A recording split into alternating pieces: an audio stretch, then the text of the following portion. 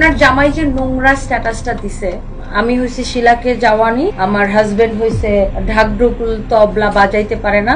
বগলতলা ফর্সা করা ক্রিম বিক্রেতা উল্লেখ করে এবার তনিকে নিয়ে পোস্ট করলেন বারিশা হক। এখানে শেষ নয়, বারিশা হকের স্বামী লিখলেন তনি নাকি শিলাকে জাওয়ানি আর তার স্বামী নাকি রাতে তবলা বাজাতে পারে না।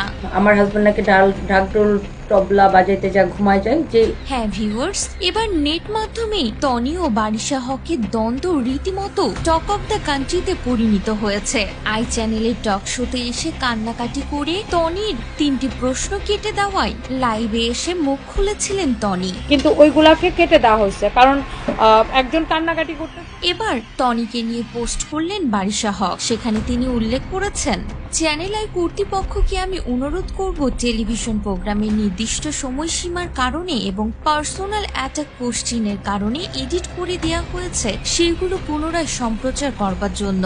এক পক্ষের মন গড়া কথা শুনে কাউকে বিচার করতে আসবেন না।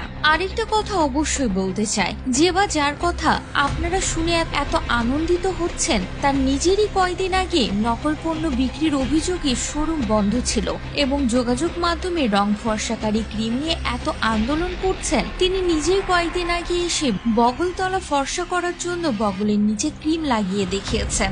আমি হচ্ছে যে আন্ডার আর্মস বা যেটাকে বাংলায় বলে বগলতলা পরিষ্কার করার ক্রিম বিক্রি। যদি রং ফর্সা করার ইচ্ছা না থাকে তাহলে বগলতলায় ফর্সা করবেন না আর লাইভে মেকআপ করেও আসবেন না। এবার এই পোস্ট দিয়েই টনিকে জবাব দিয়েছেন বারিশা হক। এখানে শেষ নয়, বারিশা হকের স্বামীও টনিকে নিয়ে পোস্ট করেছেন, যেটা নিয়ে লাইভে মুখ খুলেছেন টনিও। আপনার হাজবেন্ড এবং আপনার মতো নোংরা মানুষকে নিয়ে কথা বলার রুচিতে আমার বাপ। সেখানে টনিকে বলতে শোনা যায়, বারিশা হকের স্বামী নাকি বলেছেন আমি শিলাকে জাওয়ানি আর আমার স্বামী রাতে তবলা বাজাতে পারে না, তবলা বাজাতে গিয়ে ঘুমিয়ে পড়ে। এসব নোংরা কথার জন্য টনি অবশ্য জবাব দিয়েছেন বারিশা হক ও তার স্বামীকে। আপনার জামাই যে নোংরা স্ট্যাটাসটা দিছে আপনাদের সাথে না ঠিক আমাদের যায় না, ওই লেভেলটাই নাই। তিনি বলেছেন আপনাদের মতো এত নোংরামি আমরা করতে পারি না, কারণ আপনাদের সঙ্গে আমার স্ট্যাটাস যায় না।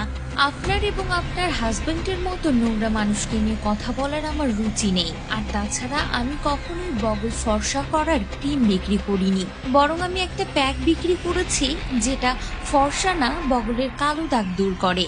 আপনাকে আগে জানতে হবে ফর্সা করা কি আর দাগ দূর করা কি। ফর্সা করা এক জিনিস আর কালো দাগ দূর করা এক জিনিস। তাহলে আর আপনাদের এমন নোংরা কথায় আমার কিচ্ছু যায় আসে না, কারণ আমি একজন ফাইটার একটা মেয়ে। আপনার স্বামী এবং আপনাকে নিয়ে কথা বলার রুচি আমার নেই।